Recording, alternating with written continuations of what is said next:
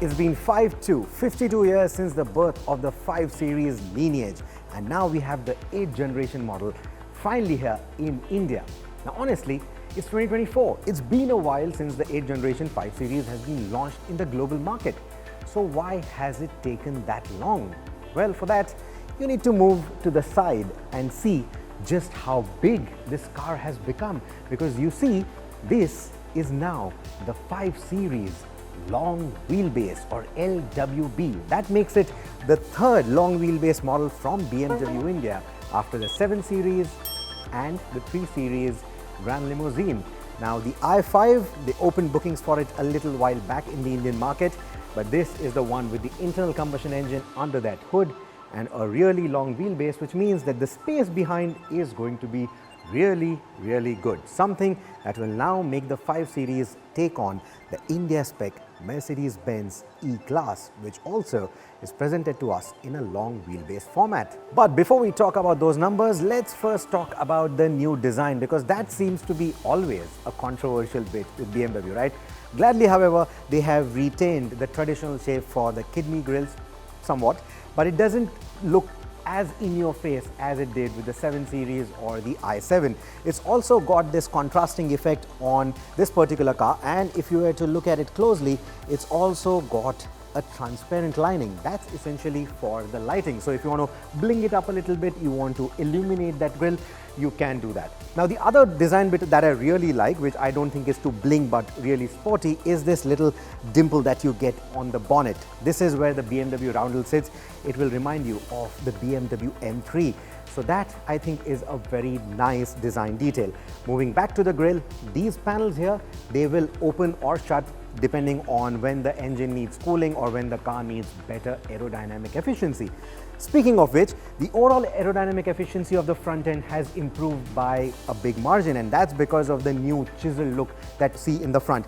Now the headlights, the shape of it, that was received with quite a bit of polarized opinion, is what I believe on the internet, but let me know what do you think. To me, here in the flesh, it actually doesn't look that bad. You can just take one glance at this car and you know it's a 5 Series. So it still has a lot of those elements, especially that 4-eye look that they like with the face, that is retained with these LED headlamps. So you don't get laser on this, you get these LEDs. It's got that nice blue highlighting right beneath it. The DRLs, however, they have changed shape. You have these almost vertical DRLs that you get with this, but this is a new design philosophy that we've seen. Everything starting from the X1 has this, right? So that has been carried forward even to the 5 Series. Moving lower down into the bumpers, you see further chiseled or sharp surfaces. Everything is nice and angular, and that shape of the bumper should again tell you it belongs to the 5 Series. So overall, I think the front end looks really good. Not a big fan of this color. It's got a slight bit of that pearlescent tinge to it, but I've seen the car in black and in white as well, and I think it just looks stunning in both those color combinations. How it looks in the typical range of BMW blues, that is something that I really want to see. Now when you move to the side, you again see that satin finish continuing here on the window line. You'll see that all around. All of that looks quite nice, but here on the wing mirror, I think it looks a bit much, especially with that little side camera. I'm not a big fan of that. Overall, the finish looks nice though. You also get this 5 lettering here in the Hofmeister kink. You see the kink right here, and in that panel you see the 5. Now this is not illuminated like the grille. This one, however, is done up in white, and it's done up in a material that reflects quite nicely when light falls on it. So hopefully that should add to a little bit of the bling. Now if I were to just open the front door, you'll see that the 5 lettering is missing on the B pillar, whereas on the global spec models you will see that.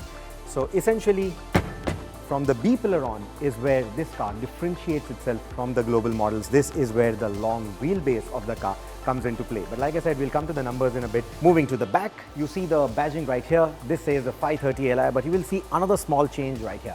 The 5 is slightly bigger, the 30 Li is smaller. So within the same nomenclature, within the same kind of badging, they are now telling you very loud and clear, this is the 5 Series and this is going to be the variant. However, the 30 Li is pointing towards a 2-liter 4-cylinder engine, but we'll come to that in a bit. Power tailgate is what you get. It hides beneath it a 500-liter boot space. And beneath that floor is going to be your space saver wheel. So it's not really going to intrude into your boot space. All the 500 litre is completely usable. And to me, it looks quite nice and sizable. Even the loading lip doesn't seem too high. So putting all your luggage in shouldn't be a problem at all. Now, in terms of the tail lights, a very sleek looking design. This is a design philosophy that we've been seeing on other BMW cars as well.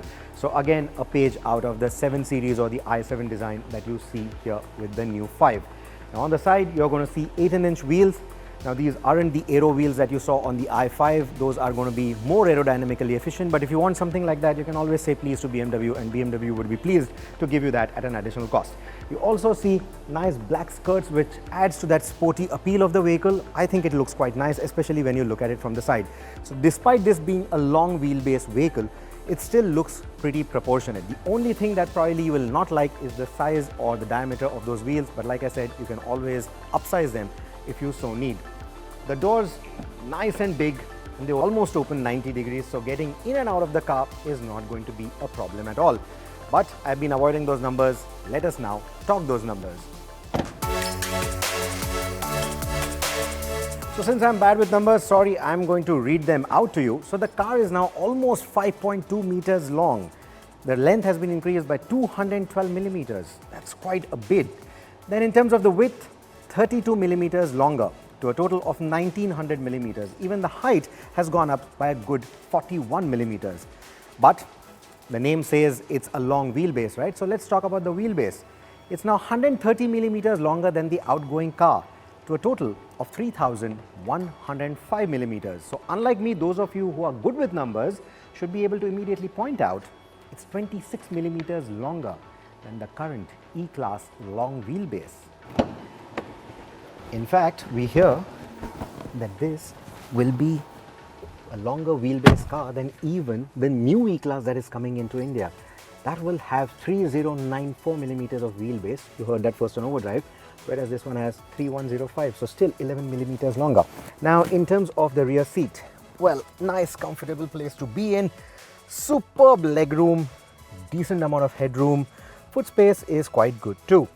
You don't get seat pockets for storing items. What you do get, however, is this little panel right here that will give you a new mounting option, a proprietary mounting option from BMW, which will allow you to put maybe parcel trays or maybe your coat hangers, etc. So you can do that on the other side. You also get a USB-C port on both the ends. You do get, however, a center armrest, which gets you a little bit of storage space right here, a wireless charging, which will take plus size phones, and should you press that button right here, it reveals 2 cup holders. So this is quite nicely done, and I think differently done than even the global spec 5 Series. So that's a good touch. Overall, the seat space is quite good. You get Bose and Wilkins audio with a nice metal mesh on top of it. The speakers are illuminated as well. On the side of it, you will see these B-pillar mounted AC vents. You get 2 AC vents in the center. This is a proper 4-zone climate control as well. And one additional bit is you can also choose the temperature that you want at your feet separately.